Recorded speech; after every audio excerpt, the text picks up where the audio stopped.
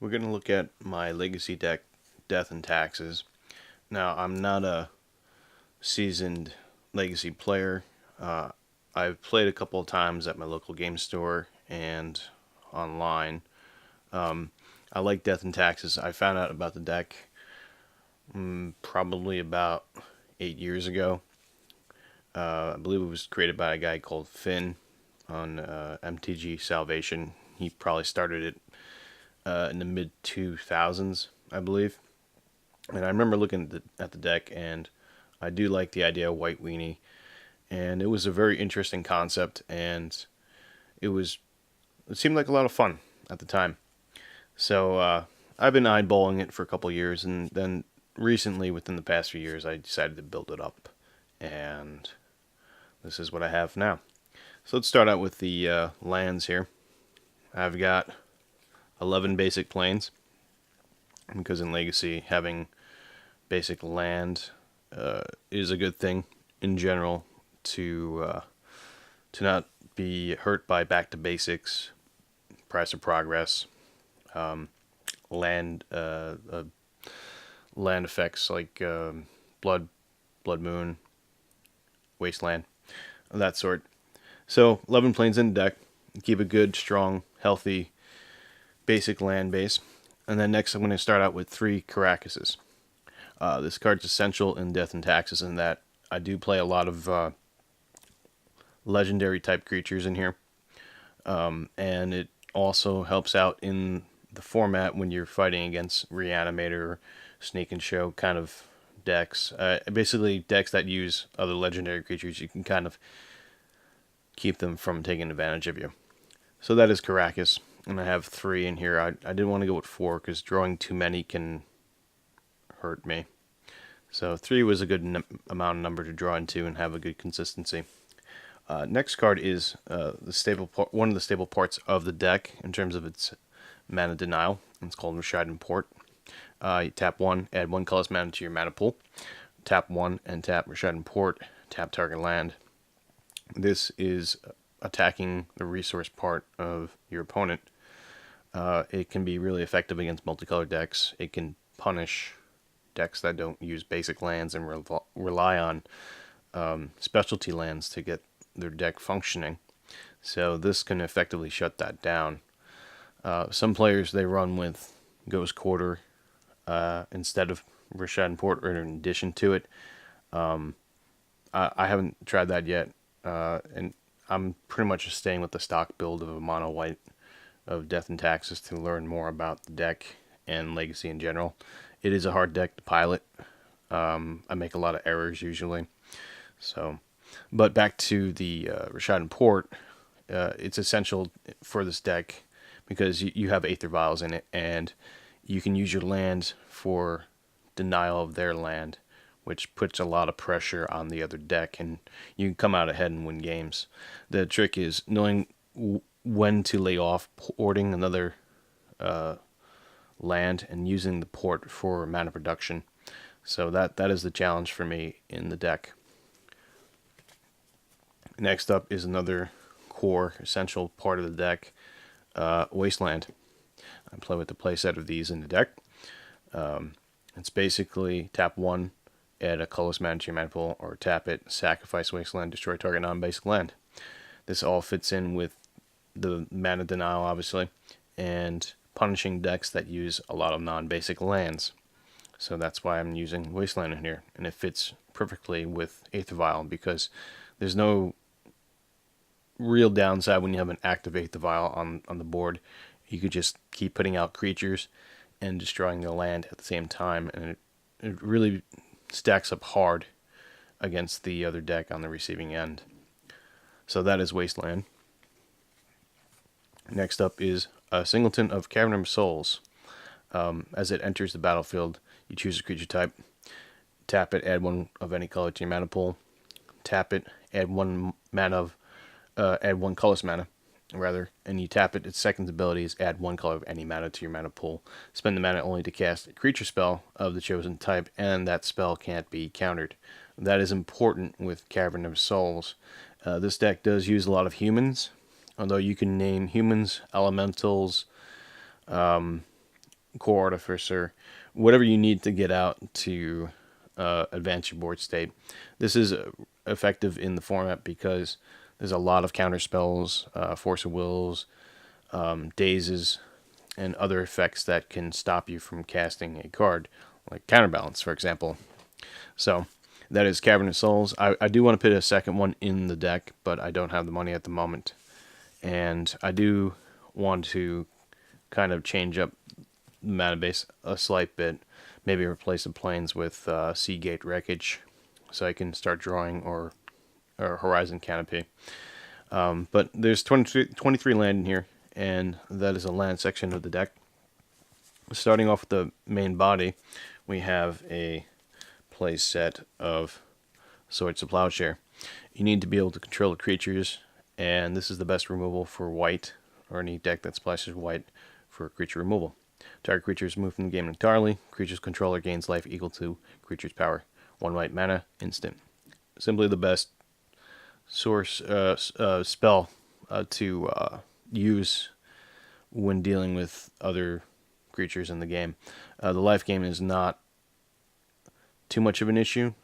Sometimes you could theoretically use Path to Exile, but it'll kind of go counter to the land denial package, or the land resource denial package. Sometimes in the sideboard you could probably throw that in for an extra removal, or Sun Lance, or some other card if you're fighting creature heavy decks. But Swords to Plowshare, good card. Definitely run it in the main board. And sometimes I side it out depending on the type of deck I'm fighting. Next up is another core component of the deck, which is Aether Vial. It's one of any color mana artifact. At the beginning of your upkeep, you may put a charge counter on Aether Vial. Tap Aether Vial. You may put a creature card with converted mana cost equal to the number of charges on Aether Vial from your hand into play. So it's important in the deck to remember on your upkeep the triggers of this card. I usually forget that, and that can cost me a game, and has cost me games.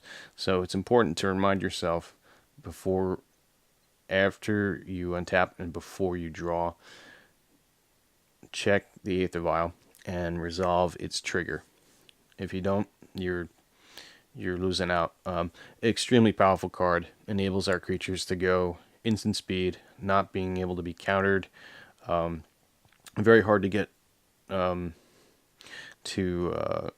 get past this card once it's active and in the works. A trick that I've seen in videos and in gameplays that you can tap it and fake out your opponent and play psychological warfare, essentially. So you don't have to put a creature down once you activate it, and never reveal your creature unless it's resolved, because then you might just tip your hand and then you're in bigger trouble, because now they know what you have. So some important little tidbits with Aether Vial. I'm still getting the hang of the deck and understanding its many complexities, but that's why I also like it, because it's a high level of understanding the legacy format and how decks work and game mechanics. Next up is the equipment side, starting out with Batterskull. Great card. We do run Stoneforge Mystic, and this card works very well. If I'm fighting a deck I don't know much about, this is my general go-to card, as it kicks off the aggro and wanting to beat the deck right away. It's 5 mana, artifact equipment. Equip cost is 5. Second ability is pay 3, return it to its owner's hand. The main thing is when it comes into play, it has a living weapon. When it enters the battlefield, you put a 0/0 black germ creature token into play, and you attach Batterskull to it. Equipped creature gets 4/4 and has vigilance and lifelink. That is awesome. You can survive burn with this. You can push into enemy threats. You can race True Name Nemesis to a certain degree. It's just a good card, and it dodges Dread of Night if you manage to land it before Dread of Night hits the board. So, extremely annoying to deal with. And the downside is it's 5 mana, so if your Stoneforge Mystic gets killed, you have a dead card in your hand. And drawing it in the opening hand isn't exactly ideal, that I find for me. So that is Batterskull. Next up is sort of a flex slot in the deck. I'm probably going to change this. This is more from my meta. It's sort of Light and Shadow. It's 3 mana, equipment artifact. Equip creature gets 2/2, has protection from white and from black. White's very relevant. Black, yes, when it comes to what's that card that's uncountable? It's off the top of it. I can't think of it. It's running Grixis. Basically, it destroys target non-land permanent that has converted mana cost 3 or less. Abrupt Decay. That's it. Abrupt Decay will target this mainly, but it can save your card from dying to it. Second part of this card says whenever equipped creature deals combat damage to a player, you gain 3 life, and you may return up to 1 target creature card from your graveyard to your hand. That is important for me in the late game when I have a whole graveyard full of creatures and I want to get them back to get back into the game. This could potentially work in my favor. Equip course is 2, so it's standard, fair for the deck. I could use sort of War and Peace and relegate it to sideboard and pin another creature in the slot. That's very viable. Again, I don't know much about Legacy, and my knowledge is limited in Death and Taxes. So this will probably be coming out sooner or later, but I have it in for now, and it has worked for me. Next up is a similar brother to it. It's sort of Fire and Ice. Same thing, 3 mana, artifact enchantment, equip cost 2. Equip creature gets 2/2 and has protection from red and from blue, which is important because blue is a prevalent color in the format, and red also targets creatures, so it kind of does protect your creature very well. Whenever a creature deals combat damage to a player, Sword of Fire and Ice deals 2 damage to target creature or player, and you draw a card. That is very important because this deck lacks drawing power, and this kind of solves it. The only problem is that you have to have your creature connect, and by the time it's connecting with this, you're going to be tipping the scales to win. So this functions as a multi-use card in terms of direct damage, board control, and card advantage, and not to mention defensive capabilities. So it's just really powerful for the deck, especially equipment decks that we're running. Next up is equally important, if not a better card in certain situations, Wizard's Jete, coming at 2 mana. It's a legendary artifact equipment, so you're going to have 1 in play, which is important to note. Whenever equipped creature deals combat damage to pit 2 counters on the Jete, remove a charge counter from Umezawa's Jete. Choose one. Equipped creature gets 2/2 until the turn. Target creature gets -1/-1 until the turn, or you gain 2 life. Equip cost 2.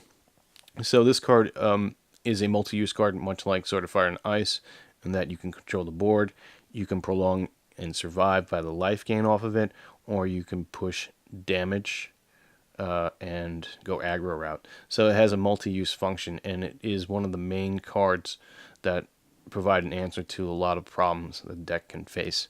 So for Elves, for example, which is a pretty rough matchup for me, this can kind of win the game if I get it out early and have it active. So yes, Umezawa's Jete is a great card. Don't leave home without it. Next up is Sanctum Prelate. I'm running 1 in the main board. My experiences have shown that I don't need any more than usually 1. I have a second one in the side in case I don't get a consistent draw on it that I need it. But it's 2 white, 1 of any color, and it's a 2/2. It's a human, which is important. And as it enters the battlefield, you choose a number. Non-creature spells with the converted mana cost equal to the chosen number can't be cast. So that's important if you want to stop, let's say, Swords to Plowshare from killing your stuff. You name 1. Or if you want to stop other spells, like maybe Aloran, you name 4. Or for Elves, probably 1 for Green Sun Zenith. I don't know the other cards that it might use, but there's a whole bunch of spells that this can hit, and it acts essentially like, in some cases, like a Chalice of the Void, except that you just can't play the card at all, or you can't cast it, instead of it being countered. Now, you can stop Abrupt Decays from taking out your artifacts. There you go. So it has a lot of sniping uses. Its effect increases with your experience and knowledge of Legacy. Mine is very limited, so I haven't used the card to its full potential because of that. And that's Sanctum Prelate. Next up, we have a pair of Recruiter of the Guards. One white, two of any color. This is like our tutor card for creatures. When it enters the battlefield, you may search your library for a creature card with toughness 2 or less, reveal it, put it into your hand, then shuffle your library. A 1/1 creature. So it's got a crappy body, but we're not using it for its body necessarily in this deck. We're looking for answers to our problems or to advance our game to the point where we're going to win before we die. And this helps us with that. I had a third one in the side. I took it out and put in another Mirroring Crusader and shifted it over to the main deck, actually. I found that I wanted to draw more of a threat density. I found that maybe top decking this late game could potentially be a problem because it takes a while for me to get the threat out again and moving. 2 seems like a good, decent number to draw in the main. So it might change in the future depending on how I feel. But that is Recruiter of the Guard. It's essentially a nice card in the deck where you can combine it with Flicker Wisp, which I'm running 4 of in the deck, and you can bounce this back and forth and generate a creature search effect, toolbox effect, and take over the board. So that's what's nice about Recruiter of the Guard. Next up, I have a pair of Mirroring Crusaders. It's 2 white, 1 of any color. Human, again, which is important. 2/2, which is nice because it dodges Dread of Night. And it has double strike, protection from black, which is relevant, and protection from green, which is also relevant when you're dealing with Termaglyph, Knight of Reliquary, a whole bunch of spells, including Abrupt Decay. So this is a champion card. It can end the game fast, and basically you live the dream when you equip equipment on here and you hit with it. It's the best feeling in the world. It's very satisfying. It can race. The only problem is it's not protection from white or red, so you can still blow it up. And blue also as well, it can bounce it or gain control or some other things. Black, you can still force you to sacrifice Mirroring Crusader. So, but it's a good card. I find it's very useful in a variety of matchups that I have in my game store and with my friends. So that is Mirroring Crusader, very powerful aggro card. And here comes another choice, Flicker Wisp, which we mentioned before. It's 2 white, 1 of any color, flying, 3/1. When it comes into play, remove another target permanent from the game. Return that card to play under its owner's control at the end of turn. Important to note at the end of turn clause. You can use this in your end step, and it'll take place at the end of the other opponent's end step, the return effect. So you can use it at their end step, and their card will be gone for almost your full entire turn until the end of your turn, which is nice. There's a lot of synergy with this card and Aether Vial in the deck. You can pull off a lot of shenanigans. You can remove certain enchantments or artifacts that are stopping you from attacking, like in Snaring Bridge, or if you're fighting Enchantress, maybe a moat or something like that. It can enable you to get that last push of damage in, or it can be used as a defensive measure to protect Thalia, any other permanents, reset a permanent, reset a Phyrexian Invoker, reset Pithing Needle, reset a land, like Cavern of Souls, to rename a different type of creature. There's a lot of possibilities with Flicker Wisp, and then it's a essential 4 of in the deck for me. I know some players don't necessarily use it. They use it as 3 of. That's okay. Again, my experience is very limited, so I would need more time and practice with the deck to really make a call on the amount in the deck. But I keep it at 4 because I like the interactions with it, and it's a fun card. Next up, we have the core card of the deck, Thalia, Guardian of Thraben. 1 white, 1 of any color, legendary creature, human soldier. Important. She's a human, so you can cast her off of Cavern of Souls. She's 2/1, first strike. The important thing about her is that non-creature spells cost more and more to cast. She slows the game down incredibly from some decks in the format. For example, your Brainstorm now costs 2 mana, so it makes that highly inefficient. It can buy you enough time to win the game, and that's generally what she does. Some decks, like perhaps Storm maybe has a really difficult time dealing with her. Maybe in game 2 and 3, maybe not so much, but she's still a big problem. And I have won games with her. One game I played was against Burn, and the player told me after the game was over that if Dahlia wasn't out, he would have killed me. So there you go. That the mana resource denial package of the deck. This is the taxes part of it, along with the Rashad Ports and the Wastelands, combined with Thalia, makes a very powerful game-changing synergy. And when you have all those running together with Aether Vial, that's where this deck really starts to shine. How often does that happen? I don't know, but it does happen on somewhat of a consistent basis for me, and I do enjoy it. So that is Thalia Guardian Thraben, a very essential card for the deck, and a must-have. Next up is Stoneforge Mystic, and now I'm running the Stoneforge package, so I have 4 in here to access the equipment, and I'm running 1 more equipment than the usual, I guess, deck lists. So Stoneforge Mystic, it was 1 white, 1 of any color, 1/2, which is nice. You survive Dread of Night. When it enters the battlefield, you can search your library for an equipment card, reveal it, put it into your hand, then shuffle your library.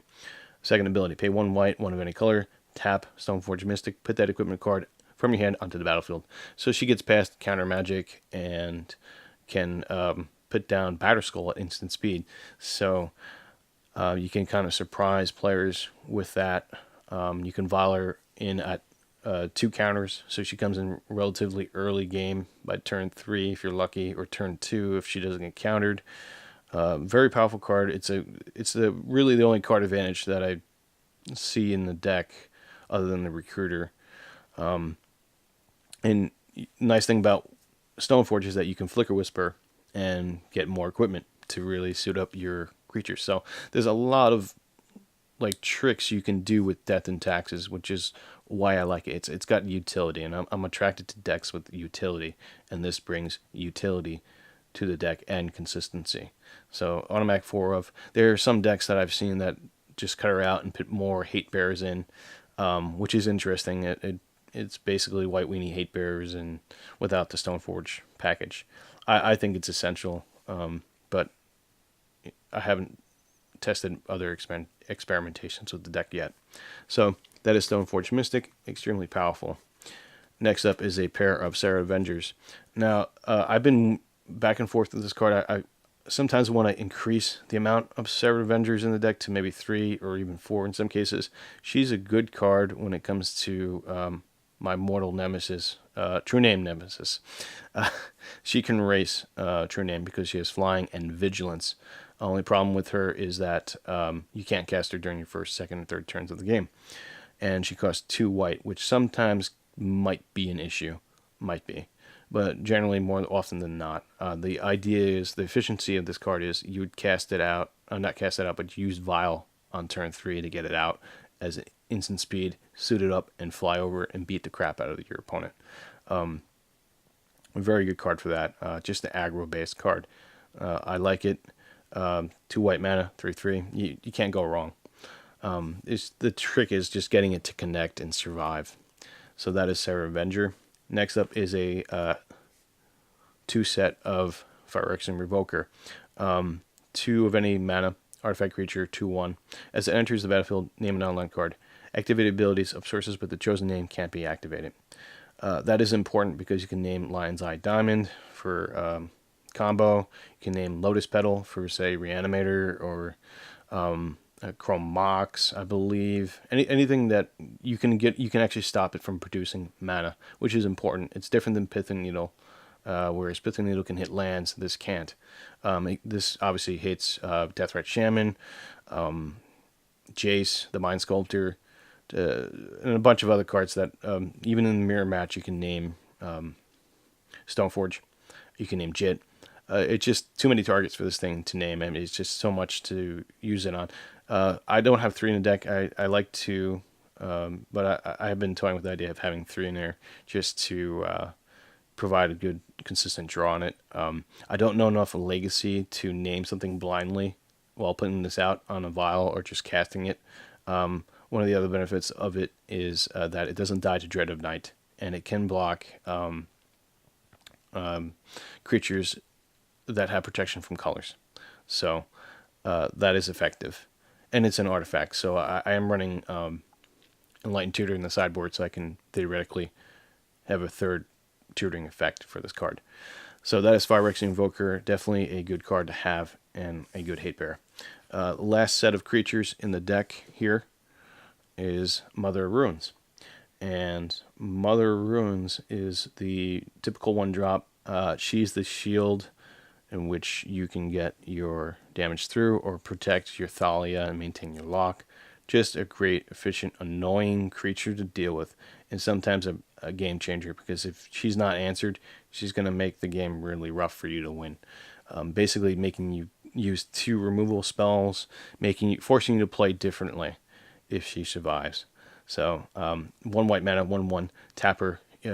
Target creature you control gains protection from the color of your choice until end of turn. Very powerful. You can blank a lot of things with that.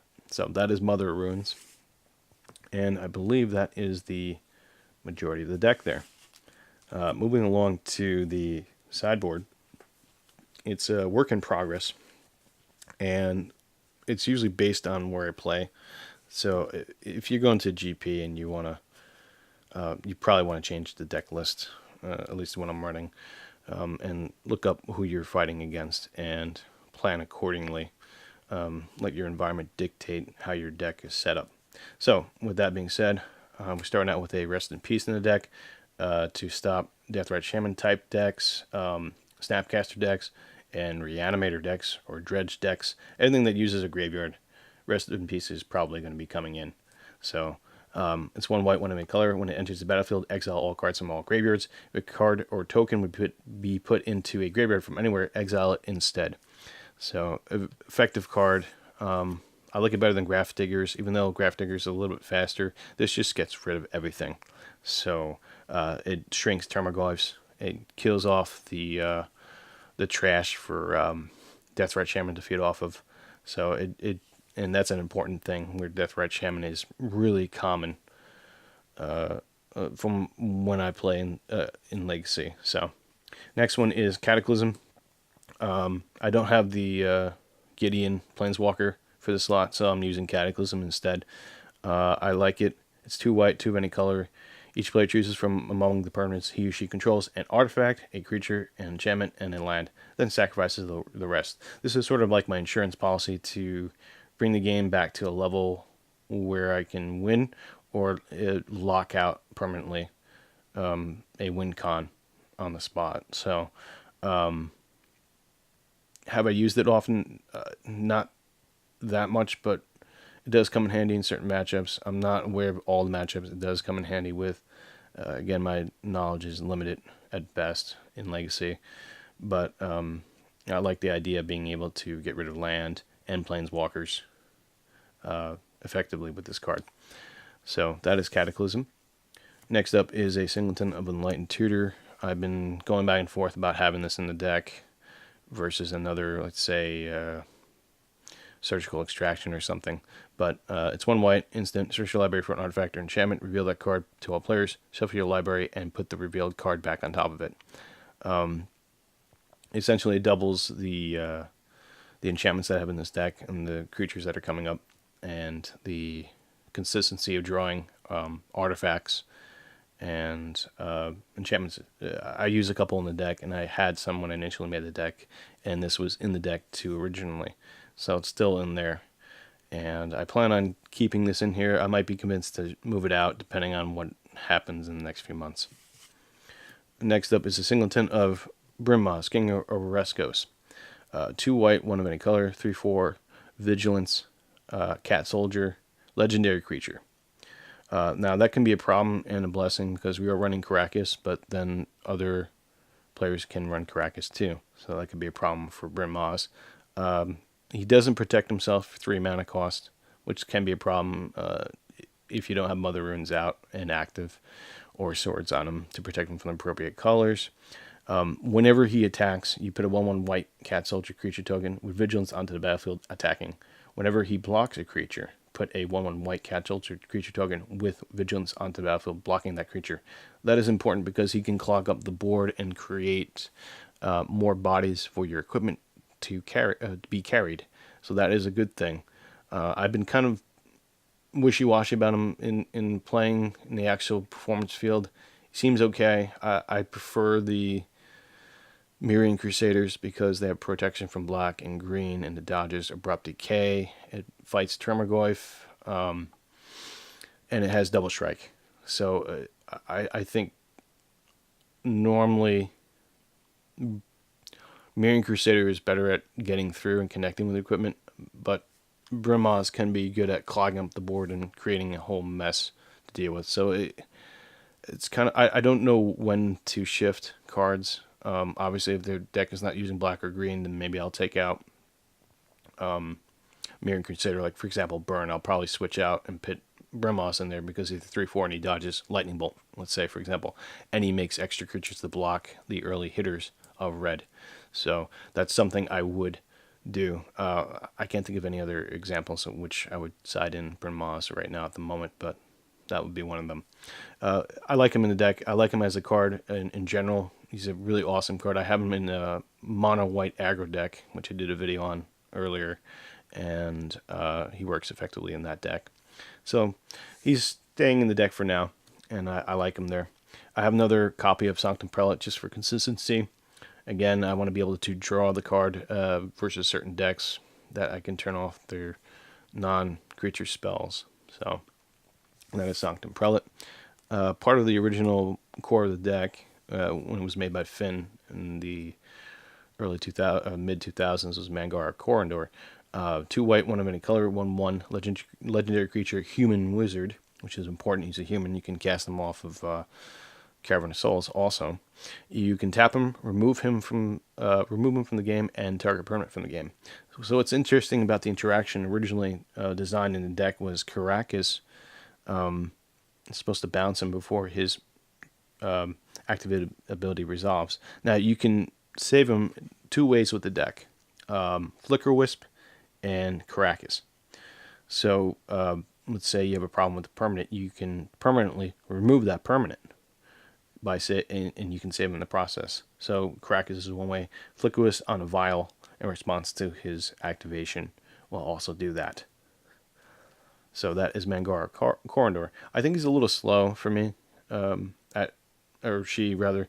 It's just hasn't been satisfying in the cases that I've used or pulled them. So I have it in the sideboard. I kind of switch between sideboard and main board. If I need more removal, it's going to come in there. So that is Mangara or Corridor. Next up is Thalia 2.0 or Thalia Heretic Cathar. 1 white, 2 of any color. Legendary creature, human again. 3/2, first strike. Creatures and non-basic lands your opponents control enter the battlefield tapped. That's important because it kind of gives you an extra time to get your damage in and win the game early as you can. Some decks, like my friend, he's running Grixis, which I believe, if I'm not mistaken, doesn't use any basic lands. So this really kind of ties him up early game, just enough before True Name lands on the board and starts killing me. I can get the damage in early. The problem with her is that, again, she's a legendary creature, but we're using Karakas too, so we can bounce her and save her. She kind of helps out in Elves with the matchup, just in the slight slowing of Elves when they try to keep coming back in and out of play. I'm trying to think what else that maybe sneak attack. She can stop that from taking off too fast, and creatures entering the battlefield tapped. It's very valuable. So that is Thalia, Heretic Cathar. Now, another original piece from the early deck design is Avian Mind Sensor. I like the idea of being able to control people searching their decks. and this is one way of doing it. It's a 1 white, 2 of any color, 2/1 flying with flash, which is important because you're supposed to catch them off guard with this card. And I've won games off of this card when people activate their fetch lands. If an opponent would search a library, that player searches the top 4 cards of their library instead. The idea behind this card is that it not only limits people getting answers in their deck, it limits them from fetching mana resources. So in conjunction with the land denial and the pressure on that end, this just increases it more and secures a lock. How useful has it been lately? Not as much as I've hoped, but I still have it in the sideboard in case I have to deal with decks that use a lot of fetch lands, decks that do a lot of searching like Reanimator. Anything that goes along that line, this is going to come in there and try to make the matchup a little better for me. Is it slow? Yes, but it's also flying, so I can theoretically connect with it on the swords. I do like the flying part on it. The only problem is that it's a 1 toughness, so it dies to Dread of Night. So I'm running a 1 of. I figured the recruiters can kind of get that card if I need it. Next up, I do have a singleton. I do want to put more than one in the deck. 1 in the sideboard is Containment Priest. 1 white, 1 of any color, flash, 2/2. If a non-token creature would enter the battlefield and it wasn't cast, exile it instead. So this is a no-bo or no combo with the Aether Vial, obviously, and with Flicker Wisp in terms of protecting your own creatures. However, with Flicker Wisp also, you can Vial Flicker Wisp in, have it resolved first, and then while its triggered abilities on the stack, you flash this card in, and basically you permanently remove another player's creature, which is nice. This comes in against Reanimator and Sneak Attack, probably I want to say Elves too, because of Green Sun Zenith. And I don't know any other decks that it could be useful at the moment. Again, my knowledge is limited on Legacy. But that is Containment Priest, a must-have, I would say, in most decks when you have to go up against specifically Reanimator. Next up is a Flex slot. I thought it was necessary in the Mirror Match and maybe other Stoneforge, Stoneblade type decks. Leonin Relic Warder, 2 white, 2/2, Cat Cleric. Whenever it enters the battlefield, you may exile target artifact or enchantment. The May is important, the May clause on that. Whenever it leaves play, return the exiled card back to the battlefield under someone's control. So you can use this in one of 2 ways. Obviously, it's offensively. You can remove something depending on what you want to do. If you have Flicker Wisp again in hand, you can cast this Violent Flicker Wisp while this is triggered on the stack and permanently remove artifact or enchantment, and then have it come back and play and remove a second one. Now, the second thing I can think of using this is to protect your own Aether Vial, swords, even your own artifact creatures, like a Revoker. That it's flexible, it's utility, and that's why I like the deck, because it has a lot of cards that can be utilized in such a utility fashion with Aether Vial or just on their own. And the interactions are pretty interesting. So I have 1 in the deck. I think 1's plenty enough. If the meta changes, I might switch them out for maybe a pro-red card if I'm finding a lot of burn. It really depends. But that is Leonin Relic Warder. And next up, I have a 2 set of Aethersworn Chemist. And it's 1 white, 1 of any color, artifact creature, human again, which is important because I can cast it off caverns. Each player who has played a non-artifact spell this turn can't play additional non-artifact spells. I bring this in against elves, combo. Most any deck that wants to cast more than 1 spell a turn, I'm going to use this card. Because it slows them down, it locks them up, and it might buy enough time for me to kill the player before they kill me. So it's nice because you can search with Enlightened Tutor. You can search for it with the recruiter of the guard, and it's a 2/2 which dodges the Dread of Night, so that's important. and it's just a good card to have in deck, and I find it has won me some games too. Next up is an enchantment creature, which also can be tutored with Enlightened Tutor. It's called Spirit of the Labyrinth. It's 1 white, 1 of any color. It's a 3/1, so it dies to Dread of Night, but it can pack a punch before it goes down. Each player can't draw more than 1 card at each turn. This is important against decks that want to draw lots of cards, obviously. We don't have a lot of draw card mechanics, so it doesn't affect us as much when we're not using sort of Fire and Ice. It does slow down some decks, like I believe Storm, and a couple others. I have in the deck because I need something that stops them from drawing. If I fight Leovode, for example, which is a common card that I've found in my matches, this effectively turns off his benefit so that neither player will be able to draw. So it negates Leovold, which is nice because then I can just bounce him back with Caracas and just keep laughing at the guy. It's a good card. I run 1. I used to run 2. I felt like maybe the Enlightened Tutor was a justification because of the utility of that versus the narrowness of this. The meta will determine in the future how many copies I run of this in either the main or side. So that is Spirit of the Labyrinth. Next up is a singleton of Council's Judgment. My slots are kind of tight in the sideboard, and again, it's dependent on what I encounter.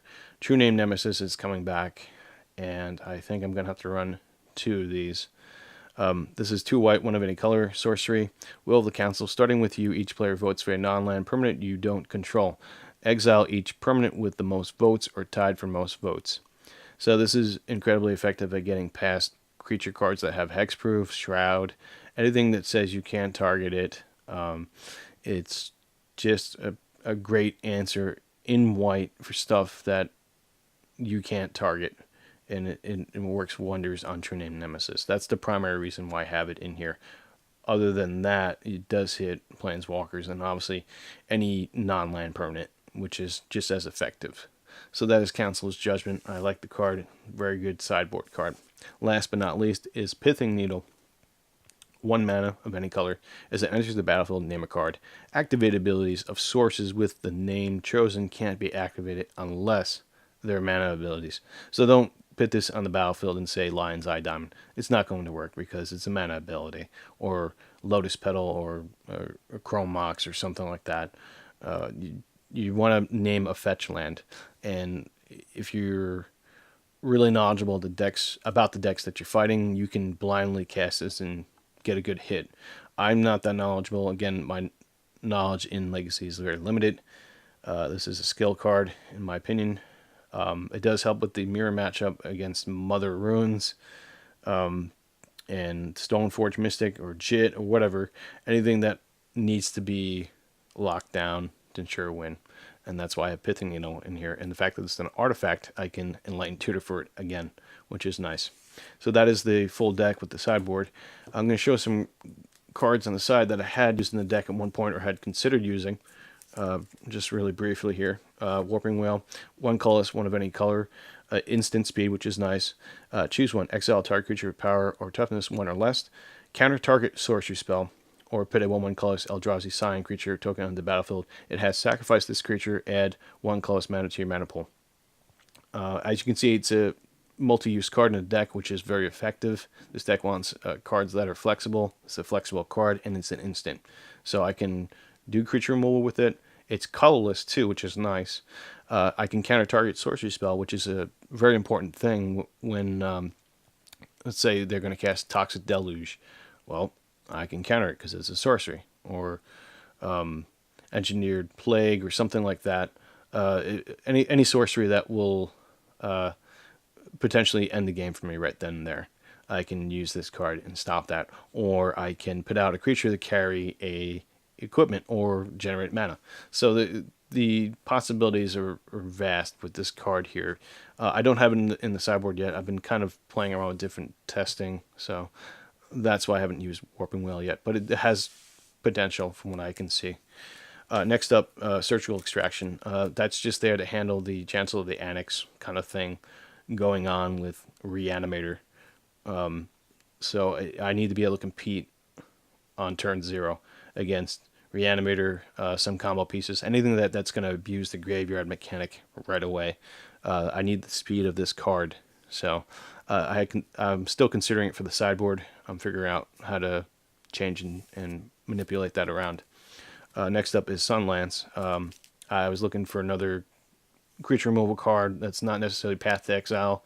This would be the answer. 3 damage to non-white creatures. Only problem is that it's non-white creature and it's a sorcery.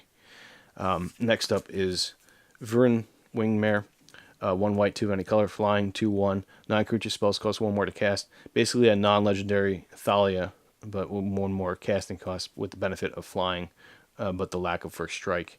2/1 is concerning when you have to fight Dread of Night because it dies to that. Looks like on the flip side it has another similar card, which is Thorn of Amethyst, which is 2 of any mana, artifact. Non-creature spells cost 1 more to play. I had thought about putting that in the deck as well to double up with Enlightened Tutor. Again, it's not a creature, which could be potentially a problem when you're running an aggro deck and you need bodies for your equipment. So I had considered that as well. Next up would be Palace Jailer under the 4 mana cost slot. High risk, somewhat high reward. With True Name out there, I feel less comfortable running this because obviously I can't do anything against True Name in that case. But 4 mana, 2 white, 2 of any color, 2/2. When it enters the battlefield, it becomes the Monarch. When Palace Jailer enters the battlefield, exile a target creature an opponent controls until opponent becomes the Monarch. Then that creature returns under its owner's control. So that's an interesting mechanic. This does fix the card drawing problem in the deck, so that is a good thing. I just haven't. I've tested it. It's kind of worked. It's not really. It's a love-hate thing, I guess, right now for me. Maybe I need more experience and more time to play the deck with it in it. But right now it's out of the deck because I'm trying other ideas. Flip side, Circle Protection Red. Obviously against burn. Anything that uses red to hurt you. I was running another card along with that. I'll get to it in a moment. But Enlightened Tutor for it. And there's burn at my local game store. So this was the answer for it. 1 white, 1 of any color. Pay 1, prevent all damage against you from 1 red source. If a source does damage to you more than once a turn, you may pay 1 mana each time to prevent that damage. Incredibly useful. You will win the game eventually if you have the mana open to use this card. Next up is Judge's Familiar. It's 1 white or blue, 1/1 flying. Sacrifice Judge's Familiar, counter target instant or sorcery spell unless its controller pays 1. Obviously, this would go against Reanimator, Combo, Green Sun Zenith type decks. Just it can hit a lot of things, and coming off a vial or even just playing a turn 1 forces the other player to play conservatively. Like, do they pitch a Force Will to this card, for example, for a little 1/1 flying? Yes, I mean, it makes their decisions that much harder. And I think in some cases, a better 1-drop than, say, Mother of Ruins, in some cases. So next card would be Banisher Priest. 2 white, 1 of a color, 2/2. When it enters the battlefield, exile target creature an opponent controls until Banisher Priest leaves the battlefield. I always think about running Fiend Hunter, but I think this one allows me to not do my own creatures if it enters the battlefield. It says opponent's control, so that's important to note. It's also a human, even though Fiend Hunter is a human. I believe also Fiend Hunter is a 1/3 with it. This is a 2/2, so you get the extra point of damage in there, and it dodges Dread of Night. Yeah, I mean, it's just extra creature removal on the stick. So that's why I was considering it for the sideboard. Last but not least, again, I was in the red heavy meta, and I was looking for another enchantment that would help me out with the red matchup. 1 white, 1 of any color enchantment. All creatures gain protection from red. I actually, in the original deck, I had this in the deck, and I played a tournament with this, and it came out along with Circle Protection Red. So burn player just scooped immediately, and I said, "Oh, all right. I mean, you might be able to get the damage in before I get my mana up online, but yeah, it's just I needed extra insurance, and that allowed me to win the game. So those are some ideas I had for the deck. Another one would be Sword of War and Peace, putting that in place of Sword of Light and Shadow, and maybe trying out the new Shalai, Voice of Plenty, 4 mana angel. I believe she's a 3/4 flying, and she says you gain hexproof, your other creatures gain hexproof, and planeswalkers gain hexproof. And her second ability, which is 2 green, 4 of any color, put a +1/+1 counter on each creature you control, is not relevant for Death and Taxes, but she is 1 white and 3 of any color, so she'd be competing for the 4 mana slot of Palace Jailer. I want to test that out in this deck because I think a blanket hexproof, forcing people to target the angel, and then if I can Mother Ruins the angel, it would increase the possibly the efficiency of my other creatures and the survivability. So that is my Death and Taxes deck, mono white version. Again, I don't know much about Legacy, and my knowledge is limited. So I have a lot of fun with the deck, and I want to improve with it. I'm John with the Fossil Channel. Thanks for watching.